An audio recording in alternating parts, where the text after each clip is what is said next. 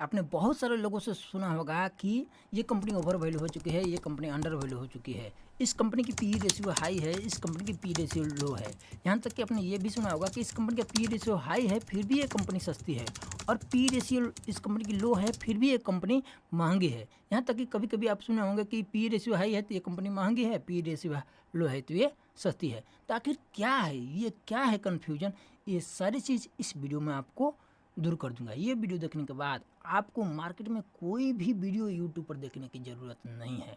तो चलिए वीडियो पर बने रहिए, मैं सारी चीज़ें डिटेल में एक्सप्लेन करने वाला हूँ विद एग्जाम्पल एंड कंडीशन के साथ। तो चलिए देखिए, वैल्यूएशन कोई हमारे लिए नई टर्म नहीं है। वैल्यूएशन हम लोग हर जगह कंपैरिजन करते हैं, और एनालिसिस कोई नई टर्म नहीं है। ज़िंदगी में हर जगह हम लोग एनालिसिस करते रहते हैं, हर चीज़ की वैल्यू करते रहते हैं। जैसे मैं मान लीजिए कि यहाँ पर मैं एग्जांपल आपको दो चीज़ें दे रहा हूँ, यानी जैसे आपको एनालाइज करना है आईफोन और एंड्रॉयड के बीच, तो मैं आपसे पूछूंगा कि आईफोन महंगी है या सस्ती है। तो आप बोलेंगे कि आईफोन महंगी है, लेकिन क्या आईफोन एक ब्रांड है, उसकी ब्रांड की वैल्यू है, तो और एंड्रॉयड एक अलग ब्रांड है, तो दोनों की अलग अलग वैल्यू है। तो आप ऐसे नहीं कह सकते हैं कि आईफोन महंगी है। अगर आईफोन महंगी है तो इसकी वैल्यू भी है, इसका काम भी उस टाइप की है, इसमें आपको सिक्योरिटी और सेफ्टी अधिक मिलेगा। और एंड्रॉयड है तो ये सस्ती है, तो जो जैसा है इसकी ब्रांड की एक अलग आइडेंटिटी, अलग पहचान है, अलग वैल्यू है, और ये एंड्रॉयड है।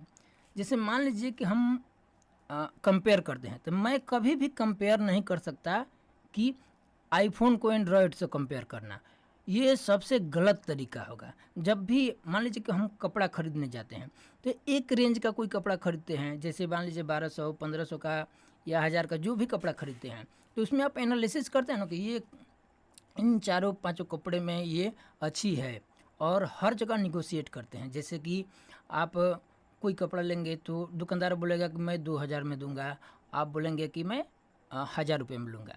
तो हर जगह आप निगोशिएट करते रहते हो, आखिर किस लिए? क्योंकि एक सही वैल्यू मिले और सही दाम पर कोई चीज़ मिले।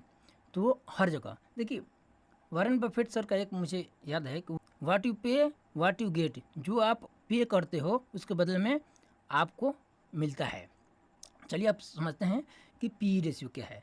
पी रेशियो की बात की जाए, सिंपल टर्म में पी रेशियो को समझा जाए तो पी रेशियो मतलब होता है price upon earning per shares. जैसे में देखिए, मैं एग्जांपल, जैसे simple term price upon EPS होता है, यानी अर्निंग पर शेयर्स। प्राइस मतलब किसी भी कंपनी की शेयर प्राइस, अगर शेयर प्राइस से कंपेयर करना चाहते हैं तो शेयर प्राइस से कंपेयर कर सकते हैं, और एक शेयर्स की अर्निंग से ईपीएस से कंपेयर कर सकते हैं। अगर पूरी कंपनी की तो ऐसे पी निकाल सकते हैं। अगर पूरी कंपनी को देखेंगे तो आपको पूरी कंपनी की जो वैल्यूएशन है और जितने कंपनी की शेयर्स हैं उससे डिवाइड कीजिएगा, और एक शेयर्स पर जो प्रॉफिट होगा उससे आपका पी रेशियो मिलेगा। मान लीजिए कि किसी कंपनी की शेयर प्राइस 100 है और उसी कंपनी की अर्निंग पर शेयर्स कितना है, तो हम कहते हैं कि 5 है, तो सिंपल टर्म में उसका पी कितना हो जाएगा, यानी 20 हो जाएगा। तो ये ऐसे पी निकलता है, यानी कि शेयर प्राइस को जब अर्निंग पर शेयर्स से डिवाइड कीजिएगा, एक शेयर्स पर जो इनकम होती है उससे डिवाइड कीजिएगा, तो आपको ये देखने को मिल जाएगा अर्निंग पर शेयर्स। इसी को नेट प्रॉफिट भी कहा जाता है। तो चलिए इसके बारे में और सारी चीज़ें देख लेते हैं। देखिए, हाई पी और लो पी, अगर जनरली कहा जाए तो लोग कहते हैं कि किसी भी कंपनी की पी हाई है तो कहा जाएगा, मान लीजिए कि अगर मैं सिंपल टर्म में आपसे एक बात पूछता हूँ कि मान लीजिए किसी कंपनी की 50 पी है और किसी की 20 पी है, तो अगर जनरल टर्म में कहा जाएगा तो कोई भी कहेगा कि ये 50 पी है मतलब कि ये महंगी है, और ये लोग कहेंगे कि ये सस्ती है, ये वाली कंपनी। लेकिन ऐसा नहीं होता है। जब तक से आप किसी कंपनी को कंपैरिजन नहीं करेंगे, और कोई भी कंपनी का कंपैरिजन करते समय सेम सेक्टर की कंपनी से कंपैरिजन करें। अगर आप टेक्नोलॉजी कंपनी में अगर आप टीसीएस का कंपैरिजन करना चाहते हैं तो इन्फोसिस के साथ कंपैरिजन करें, न कि टीसीएस को रिलायंस इंडस्ट्री से कंपैरिजन कीजिए। अगर एफएमसीजी सेक्टर की कोई कंपनी कंपेयर कर रहे हैं तो उस सेक्टर की कंपनी से कंपेयर कीजिए। पी रेशियो कंपेयर कर रहे हैं तो उस सेक्टर की कंपनी से कीजिए, दूसरे सेक्टर की कंपनी से मत कीजिए। चलिए अब एग्जाम्पल के साथ आपको ले चलता हूँ। जनरली ये देख रहे हैं कि हाई पी रेशियो है, इन्वेस्टर एक्सपेक्ट की हायर ग्रोथ, या stock could be over value. High P का मतलब हो कि हायर ग्रोथ, इस कंपनी में हायर ग्रोथ है। हाई पी क्यों लोग पे करते हैं? लगता है इन्वेस्टर को कि ये कंपनी अच्छी करने वाली है, इस कंपनी में ग्रोथ है, इस कंपनी की फ्यूचर प्रोस्पेक्ट अच्छी है, इस वजह से हाई पी देने के लिए रेडी रहते हैं। लो पी का मतलब the stock might be under value या मार्केट एक्सपेक्ट स्लोअर ग्रोथ, यानी कि इस कंपनी की ग्रोथ स्लो है, इस वजह से ये लो पी लोग देते हैं। लो पी इन्वेस्टर को लगता है कि इस कंपनी में आगे अब ग्रोथ नहीं बची है, ये डिक्लाइन फेज में आ चुकी है। तो अब चलिए चलते हैं एक्सेल पर देख लेते हैं। तो चलिए मैं 4 कंपनी का एग्जांपल लिया हूँ। देखिए मैंने पहला 4 कंपनी है, देख लीजिए पहले। तो मैंने 4 कंडीशन में 4 कंपनियाँ लिया हूँ ताकि मैं इजीली आपको समझा सकूँ। कंपनी ए का कंपेयर करना चाहते हैं। देखिए सिंपल में बात की जाए तो मान लीजिए कि कंपनी ए में कितना, अगर बात की जाए तो शेयर प्राइस पहले साल गिना जाए तो 1000 शेयर प्राइस था। इसकी शेयर प्राइस नेक्स्ट ईयर 1100 हो जाता है, 1200 हो जाता है, 1300 हो जाता है। यानी कि इस कंपनी की शेयर प्राइस जो वैल्यू है, वैल्यू में 10% की बढ़ोतरी देखने को मिल रहा है, कंसिस्टेंट एकदम सिंपल में। और इस कंपनी के अर्निंग पर शेयर्स में कोई बढ़ोतरी देखने को नहीं मिल रहा है। ये 100 अर्निंग पर शेयर्स है। देख रहे हैं हर साल इस कंपनी की कोई ग्रोथ नहीं है, मतलब कि इस साल भी 100 रुपये का प्रॉफिट कर रही है तो अगले साल भी 100 रुपया ही कमा रही है, उसके अगले साल भी 100 रुपया कमा रही है, उसके अगले साल भी 100 रुपया। लेकिन फिर भी इन्वेस्टर इस कंपनी को थोड़ा सा इसमें ग्रोथ देख रहे हैं, तो शेयर प्राइस में 10% की ग्रोथ दे रहे हैं। मतलब ये 10% साल दर साल इन्वेस्टर इस पर एक्सपेक्ट कर रहे हैं कि कंपनी कुछ अच्छी करेगी, थोड़ा सा इसमें ग्रोथ दिख रहे हैं, यानी थोड़ा सा 10% अधिक वैल्यू दे रहे हैं। और इस कंपनी की पी देखेंगे तो पी 10 है, 11 है, 12 है और 13 है। यानी कैसे? देखिए प्राइस को, जब प्राइस को यानी कि 1000, जो कि मैंने शुरू में ही बताया, 1000 डिवाइड बाई 100, जब 0 से 0 कैंसिल कीजिएगा तो आपको पी 10 निकल जाएगा। इसको इससे डिवाइड कीजिएगा तो पी आपको मिल जाएगा 11। तो ऐसे करके ये पहला कंडीशन है। तो इसमें इसमें ग्रोथ देखने को नहीं मिल रही है, यानी कि कंपनी कंसिस्टेंट यानी कि सेम प्रॉफिट दे रहे, लेकिन शेयर प्राइस में थोड़ा बहुत इन्वेस्टर को लग रहा है कि कंपनी अच्छी करेगी, या इस कंडीशन में इसमें थोड़ा सा ग्रोथ वैल्यूएशन में ग्रोथ देखने को मिला है। यानी पी थोड़ा सा बढ़ा हुआ है 3 साल में, यानी 10 से 13 3 पॉइंट पी बढ़ा है। अब चलिए कंडीशन 2 देख लेते हैं। ये कंपनी ए देख लिए, और कंपनी बी देख लेते हैं। तो कंपनी बी में देख रहे हैं, कंपनी बी में तो आप देख रहे हो कि इस कंपनी की शेयर, इसका भी देखिए मैं सारे कंपनी का शेयर प्राइस सेम रख के कंपेरिजन किया हूँ ताकि आपको समझ में आ जाए। तो इस कंपनी का शेयर प्राइस मान लेते हैं कि 1000 है, और कंपनी कितने कमा रही है? तो पहले साल कमा रही है 100 रुपया, समझ गए? तो शेयर प्राइस डिवाइड कीजिएगा 1000 डिवाइड बाई 1000 डिवाइड ओपन 100 कीजिएगा तो आपको पहले साल का पी आपको कितना मिलेगा? 10 मिल जाएगा।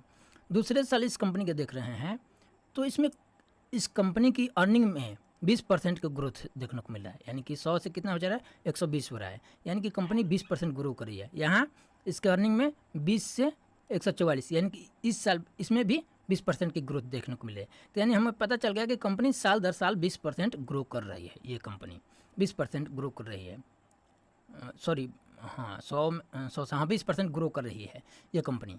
तो 20% ग्रो कर रही है इस कंपनी की, क्या है? अर्निंग भी 20% ग्रो कर रही है, और इस कंपनी की देख रहे हो तो प्राइस भी यानी कि 20% ग्रो कर रहा है। तो यानी कहा जाए तो जितना कंपनी ग्रो कर रही है उतना ही इन्वेस्टर इस कंपनी को वैल्यू भी लगा रहे हैं, इतना ही प्राइस पे कर रहे हैं, समझ गए? तो इस वजह से इसका पी कितना है? सेम है, क्योंकि दोनों का इक्वल चल रहा है।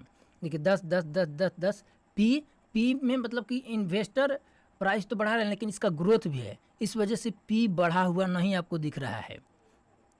इन्वेस्टर इसका वैल्यू बढ़ा रहे हैं, लेकिन बढ़ाने के साथ साथ इन्वेस्टर जितना ग्रोथ दे रहे हैं उतना तो इस कंपनी की प्रॉफिट में भी ग्रोथ दिख रही है। 20% प्रॉफिट भी ग्रो कर रही है, और इन्वेस्टर भी 20% इसका वैल्यू बढ़ा के दे रहे हैं। हर साल 20% इस कंपनी की शेयर प्राइस बढ़ती जा रही है, वैल्यू बढ़ा रहे हैं। तो यानी कि पी रेशियो सेम ही रह जाता है। जब कंपनी की ग्रोथ भी हो और थोड़ा बहुत वैल्यू भी बढ़ता है तो पी में ज़्यादा फर्क नहीं पड़ता है। जब ज़्यादा ओवर वैल्यू होती है तब पी बढ़ जाता है। तो ये सिचुएशन, सेकंड कंडीशन देख लिए, यानी पी सेम रहता है, growth versus value versus price, यानी कि सेम चल रहा है इस कंपनी में। अब चलिए थर्ड कंपनी देख लेते हैं। थर्ड कंपनी में तो थर्ड कंपनी हम देख रहे हैं, हमारे पास थर्ड कंपनी पहले देख लेते हैं। हमारे पास थर्ड कंपनी ये कंपनी सी है। तो कंपनी सी में आप देख रहे हो तो इसका भी 1000 शेयर प्राइस है, ये कंपनी भी 50 रुपये कमा रही है। जब 1000 को 50 से डिवाइड कीजिएगा, चलिए एग्जांपल से देख लीजिए, 1000 को 50 से डिवाइड कीजिएगा तो आपका पी कितना निकल जाएगा, सॉरी 20 आ जाएगा, ये 20 से कट जाएगा, ये 20 आ जाएगा। फर्स्ट ईयर पी आपको 20 आएगा, सेकेंड ईयर देख रहे हैं तो 900 हो जा रहा है, यानी कि इसका वैल्यू घट रहा है, इस कंपनी की शेयर प्राइस घट रही है। इन्वेस्टर इसमें 1000 से 900 कर दिए, यानी कि इन्वेस्टर इसमें इच्छुक नहीं है, थोड़ा इन्वेस्टर इसमें कहा जाए तो बेरिश हो रहे हैं। तो इसका कारण क्या है, तो देखिए कंपनी तो अगर अर्निंग पर शेयर्स देख रहे हो तो कंपनी तो सेम कमा रही है, लेकिन फिर भी इन्वेस्टर इसमें इंटरेस्ट शो नहीं कर रहे हैं, इंटरेस्ट शो नहीं कर रहे हैं। देखिए फिर भी 10 मंथ, ये कंपनी क्या है, कंपनी की वैल्यूएशन में डिग्रोइंग फेज देख सकते हो, लेकिन इस कंपनी की प्रॉफिट में कोई फ़र्क नहीं, प्रॉफिट सेम हो रहा है। ऐसा क्यों होता है, ऐसा तब होता है जब इन्वेस्टर को लगता है कि इस कंपनी में अब आने वाला कोई ग्रोथ बचा नहीं हुआ है, इस वजह से लोग इस कंपनी को अंडर वैल्यू करने लगते हैं और लो पी देने लगते हैं। देखिए पी 20 से 18 हुआ, 16.2 हुआ और 14.58 हुआ, यानी इस कंपनी में लोग इंटरेस्टेड नहीं हैं, डे बाई डे इसमें इंटरेस्ट कम शो कर रहे हैं। अब आइए चलते हैं चौथा कंपनी में। चौथा कंपनी जो है, देखिए ये कंपनी का शेयर प्राइस भी 1000 है, तो चलिए, और अर्निंग कितना है। अब ये कंपनी पर आपको ध्यान देने वाली चीज़ है, बहुत ही अच्छी है, और ये कंपनी के बारे में आप समझ जाएंगे ना तो कहीं पर भी आपको दिक्कत नहीं होगा कि यहाँ पर ओवर वैल्यू और अंडर वैल्यू में क्लियर हो जाएगा। यहाँ पर देख रहे हैं तो कंपनी, देखिए कंपनी की ग्रोथ में कोई खासियत नहीं, लेकिन कंपनी अंडर वैल्यू होती जा रही है, अंडर वैल्यू होती जा रही है, लेकिन कंपनी की क्या ग्रोथ सेम है, अब बढ़ने वाला नहीं, तो इन्वेस्टर इसमें इंटरेस्टेड नहीं। लेकिन यहाँ देख रहे हैं तो देखिए शेयर प्राइस 1000 है, और कंपनी की अर्निंग पर शेयर्स कितना है, 25 है। तो अर्निंग पर शेयर्स से जब डिवाइड कीजिएगा तो आपको कितना मिलेगा, 1000 डिवाइड बाई 25 आपको 40 मिलेगा, 25 चौका से, यानी कि 40 आपको पी देखने को मिलेगा। तो अब ये कंपनी आपको पी देख कर लगेगा, अगर मैं यहाँ के पी की कंपेरिजन करूँ तो ये कह सकते हैं कि कंपनी सस्ती है, पी वाइज सस्ती है, लेकिन पी वाइज अगर ये कहते हैं तो आपको देखने में लगेगा कि ये कंपनी महंगी है। क्यों, क्योंकि ये 40 पी है और ये क्या है 20 पी है, तो आपको लगेगा कि अगर सेम सेक्टर की कंपनी है तो आपको लगेगा कि ये कंपनी तो सस्ती है, ये कंपनी महंगी है, लेकिन नहीं, अगर देखा जाए तो ये कंपनी सबसे बेस्ट है और सबसे सस्ती है, जितना भी कंपनी है सबसे सस्ती यही कंपनी है पी वाई। चलिए देख लेते हैं, पीछे मान लीजिए कि पहले साल इस कंपनी की अगर ग्रोथ देखा जाए 1000 और अर्निंग पर शेयर 25 था, तो 40 पी है, लेकिन अगले साल इस कंपनी का देख रहे हैं तो इन्वेस्टर सिर्फ इसमें कितने इंटरेस्ट शो कर रहे हैं, तो इन्वेस्टर सिर्फ इस इंटरेस्ट लगभग आप बात की जाए तो 1000 से 1260, यानी 26% इस कंपनी में इन्वेस्टर शो कर रहे हैं, 26% अधिक प्रीमियम पे कर रहे हैं।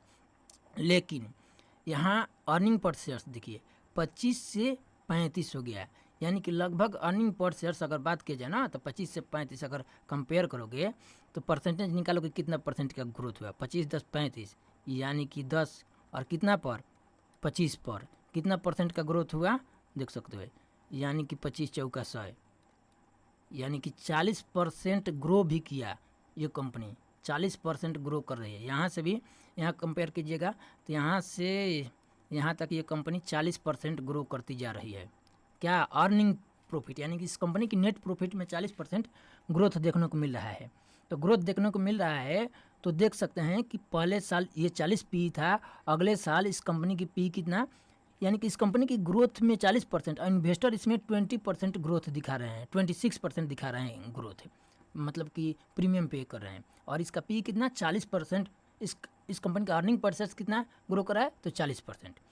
तो अब देखिए इसका बेनिफिट क्या हुआ लॉन्ग टर्म में, हाई पी अगर हाई ग्रोथ हो और हाई पी हो कंपनी की तो इसका देख सकते हो कि लॉन्ग टर्म में कितना बेनिफिट होता है। देखिए पहला साल मतलब 40 था ना, दूसरा साल क्या हुआ कि 36 हुआ इसका पी, और कंपनी ग्रो कर रही है 26% से और अर्निंग 40% से ग्रो कर रहा है, फिर भी आपका पी देखिए घटते चला जा रहा है, घटते चला जा रहा है, यानी 29 पी हो गया सिर्फ 3 सालों में। अगर मैं और लॉन्ग टर्म में इसके बारे में आपको दिखाना चाहूँ तो चलिए मैं और लॉन्ग टर्म में इसका निकाल कर दिखा देता हूँ पी। हाँ, ध्यान देने वाली चीज़ ये है कि मान लीजिए कि पहला साल, अगर मान लीजिए 2025 में आप इन्वेस्ट किए हैं तो 26, 27 और 28 यानी 3 साल में आप ग्रोथ देख लीजिए कि अगर 1000 में ये शेयर खरीदे हैं तो आपका 3 साल में 2000 हो गया। लेकिन प्रॉफिट देख रहे हैं तो आपका कितना हो गया, ये कंपनी 25 रुपये प्रॉफिट बना के दे रही थी, अब कितना 68 रुपये हो गया। अगर मैं बात करूँ 2 साल में ही इस कंपनी की प्रॉफिट दोगुना हो गया। तो मैं अगर कैलकुलेट करूँ कि 2 साल में इस कंपनी की प्रॉफिट दोगुना हो गया, सिंपली इस कंपनी की प्रॉफिट देखोगे तो क्या हुआ, यानी यहाँ से 25 से 2 साल में यहाँ तक कितना हुआ, दोगुना हो चुका। अगर मैं बात करूं कि 2 साल में दोगुना हो चुका है तो यहीं अगर ग्रोथ रहा तो 4 साल में ये इस कंपनी की प्रॉफिट चौगुना हो जाएगा। और 4 साल में चौगुना होगा और 6 साल में कितना होगा, 8 गुना होगा और 8 साल में 16 गुना होगा। 16 गुना मतलब 25 का 16 गुना आप जोड़ सकते हैं कि 400 होगा। 8 साल में 16 गुना और 10 साल में कितना हो जाएगा, 32 गुना। अब 10 साल में 32 गुना और 12 साल में 64 गुना, तो 25 मैं कैलकुलेट कर देता हूँ, 25 गुणे आपको 64 गुना कर सकते हो। 25 चौका 100, 64 से 25 से गुणा कीजिएगा तो कितना होगा, 1600 होगा ये। तो यानी कि मैं 10 साल में मेरा क्या हुआ कि यानी कि जितना मैं शेयर प्राइस में लगाया था, अगर 10 साल इस कंपनी में इन्वेस्टेड रहते हो तो क्या इसमें बेनिफिट देखने को मिला कि आपने इस कंपनी को तो 1000 में इस कंपनी का शेयर खरीदे थे और मात्र 10 साल इसमें इन्वेस्टेड रह गए, 10 साल इन्वेस्टेड रह गए तो आपको 1600 रुपये तो हर साल पैसा मिलने लगा। ऐसा क्यों हुआ, क्योंकि ये ग्रोथ की वजह से हुआ। कंपनी का ग्रोथ बहुत अच्छा है, इस वजह से आपको मतलब कि आपकी 10 साल जाते जाते या 12 साल में आपका इतना देखना। चलिए फिर से कैलकुलेट कर देता हूँ अगर आपको कन्फ्यूजन लग रहा है। 2 साल में कितना होता है, 50 होता है, 4 साल में 100 होता है और 4 साल के बाद 6 साल में 200 होता है और 6 के बाद 8 साल में 400 होता है, 10 साल में 800 होता है और 12 साल में 1600 होता है। अगर 12 साल और 14 साल होते हैं तो 3200, यानी 14 साल में आपका हर साल इस कंपनी की प्रॉफिट कितना हो रहा है, यानी कि जितना इस कंपनी का शेयर वर्तमान समय में जब खरीदे थे शुरू में उससे तिगुना अब हर साल ये कंपनी प्रॉफिट दे रही है। ये होता है कि हाई ग्रोथ स्टॉक अगर खरीद लेते हो तो लॉन्ग टर्म में बेनिफिट देखने को मिलता है। तो आप कंफ्यूज मत होइए। अगर हाई ग्रोथ है, मान लीजिए कि यहाँ 40 पी पे खरीदे और यहाँ मान लीजिए कि ये इसमें तो ग्रोथ ही नहीं है, तो मैं इसके बारे में बात नहीं करूँगा। मैं दोनों ग्रोथ वाली कंपनी के बारे में बात करता हूँ। ये वाली कंपनी, इसमें 20% है। इस कंपनी में आपको क्या देखने को मिल रहा है, 20% ग्रोथ देखने को मिल रहा है। तो अगर 20% देखने को ग्रोथ मिल रहा है तो आप अगर मान लीजिए कि किया जाए तो ये कितना साल में डबल कर रहा है। अगर 3 साल में भी ये कंपनी अपना डबल नहीं कर पा रहा है, 4 साल 5 साल में डबल कर रहा है। देखिए ये वाली जो चौथी कंडीशन मैं दिया हूँ ना, ये मल्टीबैगर कंपनी होती है, मल्टीबैगर, और ये कंपनी भी अच्छी होती है। मीडियम कंपनी ये भी अच्छी कंपनी है। तो ऐसे कंपनी अच्छी होती है। जो सेकंड वाला यानी बी कंपनी और डी कंपनी जो मैं दिया हूँ ये अच्छी होती है। लेकिन डिपेंड करता है कि फ्यूचर ग्रोथ क्या है। जैसे रिन्यूएबल एनर्जी का जो भी स्टॉक है इस समय, या रिन्यूएबल एनर्जी सेक्टर में जो भी ये सब काम करने वाली, तो उनकी ग्रोथ अच्छी होगी। क्योंकि देखिए सरकार की भी मतलब फोकस है कि कार्बन जीरो, और सरकार के प्रदूषण के मामले में बहुत कंट्रोल है, चाहती है प्रदूषण को कंट्रोल करना। तो इस सेक्टर की जो कंपनियां काम करने वाली है जो प्रदूषण को कम करके और ग्रोथ भी, जैसे ईवी हो, तो इस सब में ग्रोथ अच्छी होगी। इनमें पी वैल्यूएशन रेशियो भी अच्छी देखने को मिलेगी। लेकिन अगर बात की जाए ईवी में, तो ईवी में भी अगर मान लीजिए कि वर्तमान में मैं ईवी सेक्टर की बात कीजिए तो ग्रोथ नहीं देखना। तो यहाँ कंडीशन होता है बैटरी की और लिथियम की। अगर बैटरी और लिथियम की उपलब्धता हो तो इस सेक्टर में बहुत अच्छी खासी ग्रोथ होगी, जो कि हमारे यहाँ भी इस समय प्रॉब्लम है। उतना जितना चाहिए एक ईवी सेक्टर में ट्रेंड और ग्रोथ देखने को मिला, तो ऐसा होना चाहिए कि मतलब हमारे पर्याप्त मात्रा में इस सारी चीज़ें उपलब्ध होना चाहिए। पी रेशियो हाई हो तो घबराना नहीं। कभी भी आपको देखने में मिल रहा है कि पी रेशियो हाई है, पी रेशियो हाई है, तो पी रेशियो हाई है तो उसमें देखा जाएगा कि कंपनी के पास ग्रोथ कितना है। अगर ग्रोथ अच्छी है तो पी हाई नहीं, ये कंपनी सस्ती हो सकती है, कंपनी सस्ती है। अगर पी लो है तो ये देखना है कि इस कंपनी में पी क्यों लो है। अगर मान लीजिए कि कंपनी की मतलब ग्रोथ के बावजूद भी पी लो है तो समझिए कि कंपनी बहुत अच्छी है। लेकिन फिर भी हो सकता है, देखिए ग्रोथ के बावजूद भी अगर पी लो होता है तो इसका कारण ये हो सकता है कि हो सकता है कि इन पर लोगों को काफ़ी इन्वेस्टर का ध्यान नहीं है या इस पर फोकस नहीं है। इस वजह से ये कंपनी पर किसी का निगाह न रहने की वजह से ये कंपनी सस्ती है, ऐसा होता है, पी लो होता है। लेकिन जनरली आज के ज़माने में कोई कंपनी अंडर वैल्यू नहीं बच पाती है, क्योंकि इतना फिल्टर हो चुका है। स्क्रीनर पर इतने फिल्टर आप लगा के एनालाइज कर सकते हैं, तो फिल्टर में ऐसी ऐसी कंपनी फिल्टर होकर आ जाती है इजीली, जो कि पहले के ज़माने में था कि अंडर वैल्यू कंपनी बच जाती थी, हिडन जेम छिपी रहती थी। लेकिन इस समय अच्छी अच्छी कंपनी जो इन्वेस्टर है उन कंपनियों पर बड़े निवेशक वैसी वैसी कंपनियों ढूंढ के इन्वेस्ट कर लेते हैं, सिर्फ रिटेल मल्टीबैगर को या वैसे कंपनी को नहीं ढूंढ पाते हैं। तो ये सारे चीज़ें हैं। अगर आपको वीडियो से कुछ सीखने को मिला तो अगर चाहते हो कि मैं ये सीरीज़ कंटिन्यू करूं तो आप कमेंट में जवाब दीजिए, मैं डेफिनेटली ये सीरीज़ कंटिन्यू करूंगा। लेकिन अगर आप रिप्लाई नहीं देते हैं, किसी भी प्रकार के पॉजिटिव नहीं देते हैं, तो मैं हो सकता है ये सीरीज़ कंटिन्यू न करके दूसरा कोई टॉपिक पर वीडियो बनाऊंगा। तो फंडामेंटल एनालिसिस पर मैं चाहता हूं कि सीरीज़ बाई सीरीज़ जैसे पी रेशियो पर आज बनाएं, तो उसी टाइप से मैं नेक्स्ट वीडियो चाहता हूं कि पीबी रेशियो, पेग रेशियो, इन सारी वैल्यूएशन वाले रेशियो पर बनाऊं। डेब्ट इक्विटी रेशियो, डीसीएफ पर बनाना चाहता हूं, सीएफओ टू पैट रेशियो। तो अगर आपकी रिप्लाई फीडबैक अच्छी आए तो मैं इन सीरीज़ को कंटिन्यू करूंगा। अगर रिप्लाई अच्छा नहीं आया तो मैं आगे इस वीडियो को कंटिन्यू नहीं कर पाऊँगा। जिस तरह से मैं मेहनत कर रहा हूँ तो आपका भी फ़र्ज़ बनता है कि आप मुझे सपोर्ट कीजिए, ताकि मैं और उत्साह से और मेहनत करके चाहूँ कि अच्छी एडिटिंग भी कर पाऊँ और करके आपको वीडियो अच्छा से दूँ। और रही बात, तो मैं फ्री में अगर पढ़ना चाहते हैं अगर पढ़ना चाहते हैं तो मैं फ्री में भी पढ़ाने के लिए आपको रेडी हूँ। और एक पढ़ना चाहते हैं तो एक फ्री में मेरा पढ़ सकते हैं, ब्लॉग पर जाकर nivesnext.com करके है, वहाँ पर जा कर के सारे स्टॉक मार्केट के बारे में सारे डिटेल में बेसिक से दिया गया है। हाँ, हालांकि सारे इंग्लिश में लिखा हुआ है, अगर चाहेंगे तो मैं हिंदी में भी कोई ब्लॉग उपलब्ध करा सकता हूँ। मेरा इंग्लिश में ब्लॉग लिखा हुआ है, हालांकि ज़्यादातर अमेरिकन कीवर्ड पर रैंक करता है, अमेरिका में वो ब्लॉग पढ़ते हैं। तो मेरे nivesnext.com पर आप जा कर के वो पढ़ सकते हैं ब्लॉग, बेसिक से सारे कि एक बिगिनर कैसे स्टार्ट कर सकता है, सारी चीज़ गाइड किया गया है। तो थैंक यू सो मच। अगर वीडियो अच्छा लगा तो भाई दोस्तों को शेयर कर दो, मुझे मोटिवेट करो। अगर किसी को नहीं समझ में आया तो कमेंट में निधड़क पूछो कि मुझे यहाँ समझ में नहीं आया, क्योंकि देखिए मैं एक्सेल पर और मैं कलम से पढ़ा रहा हूँ, तो शायद हो सकता है आपको कन्फ्यूजन आ सकता होगा, क्योंकि एडिटिंग मानता हूँ कि मेरा एडिटिंग अच्छा नहीं है, लेकिन मैं समझाने का बहुत भरसक अच्छा से प्रयास किया। तो आप रिप्लाई दीजिए। अगर कहीं नहीं समझ में आया तो मैं आपको कमेंट में भी रिप्लाई कर सकता हूं, या हो सकता है तो मैं अपने ब्लॉग पर कहीं समझाया हूं तो वहां पर भी पढ़ने को भेज सकता हूं, उस लिंक पर भी, तो वहां से भी आपको समझ में आ जाएगा। Thank you so much.